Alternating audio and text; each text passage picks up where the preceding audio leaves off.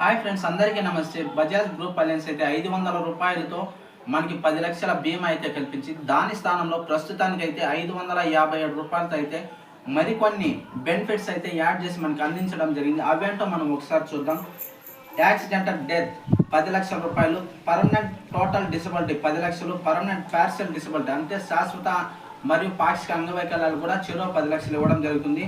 Hospital daily allowance రోజుకి 500 చొప్పున 10 రోజులకి బెడ్ ఛార్జెస్ ఇస్తుంది.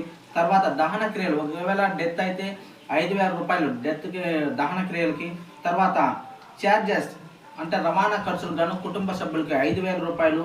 కోమా కేర్, ఒకవేళ పేషెంట్ కోమాలోకి వెళ్తే 50,000 రూపాయలు.